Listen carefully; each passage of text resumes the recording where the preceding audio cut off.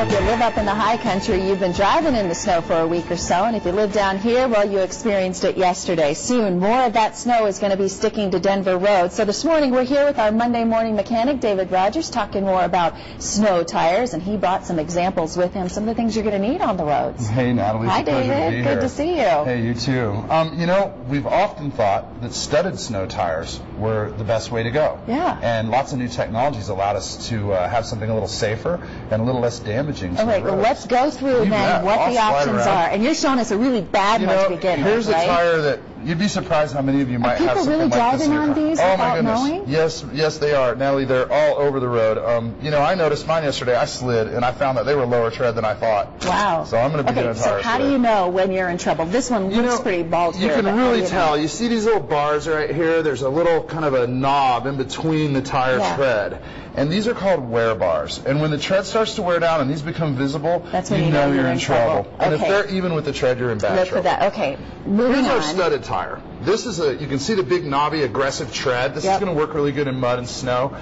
They've added the studs for ice. Give you pretty good control stopping and starting. Does it make a big difference? It makes a huge difference. It's really the difference between whether or not a pickup truck or something that's light in the back can stop or start on ice. Is this a tire that you would use year-round, though, or do you just put it on here? Great question. The people that leave them on year-round, not only do they have to replace them the next season, but they tear up the roads, and they also will tear up their tire treads. So take it off in the summer and then just put that same tire, save it, and put it back on? As soon as you stop seeing ice. Okay, great. Okay, what else do you have? This next one here is called a Weathermaster, and this was the next generation of snow and ice tires. You can see lots of little treads. It grabs the snow and ice real good. It's a pretty soft rubber. It doesn't hurt, though. I mean, it's not like spikes or anything. No, it's not. And you see the little tiny lines they cut? That actually causes suction. It's called siping, and it works really good to cause suction to the ice or to wet surfaces. So it's a great technology. All right, and this one? Next, we have here what's probably the most famous ice tire. It's called a Blizzak. And this one's a real soft, gummy tire. Lots of that siping, lots of suction, good tread and traction. For many years, was the best choice. Are we going up in price here, by the way, as we go, or are they all about the same? Actually, this and this and this, probably pretty close. You might be a little less expensive on the Weathermaster, but the last tire I'm going to show you is not that expensive. This is the newest? Yes, this is the best technology. It's the greatest. It's made by Michelin. It is, and it's called the Ice X, or X Ice. And basically, this tire is tested every bit as good as a studded tire on ice, and every bit as good as anything else on snow and wet surfaces.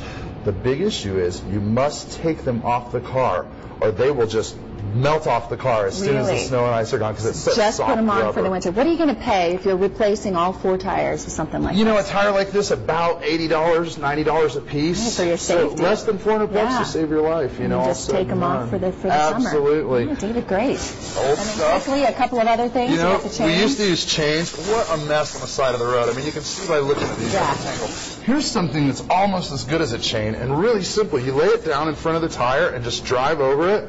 It's called cables, and they're really easy to use. Anybody can do it on the side of the road. You don't have to be a mechanic. Does it make a big difference? Huge difference. If you're up in the pass or the snow, that's for sure a way to go. Last thing I want to say, check your tire pressure. Okay, be sure. Yeah, my light keeps coming on and off, and that's the cold and the warm. It is. As the temperatures go up and down, you can lose 5 pounds per tire. So be sure that your pressure is good. And then you wanted to mention really quick not to spray your tires. You know, I can't really say the brand, so I'll cover part of it, but don't put this stuff on your tires. Does it really hurt? It does. It makes them shiny, and it's pretty for a few minutes, but it dries out the rubber, and then they crack, and they die. Thanks for the information. My Good stuff today. We need it today, don't we? Yeah. Okay, more information on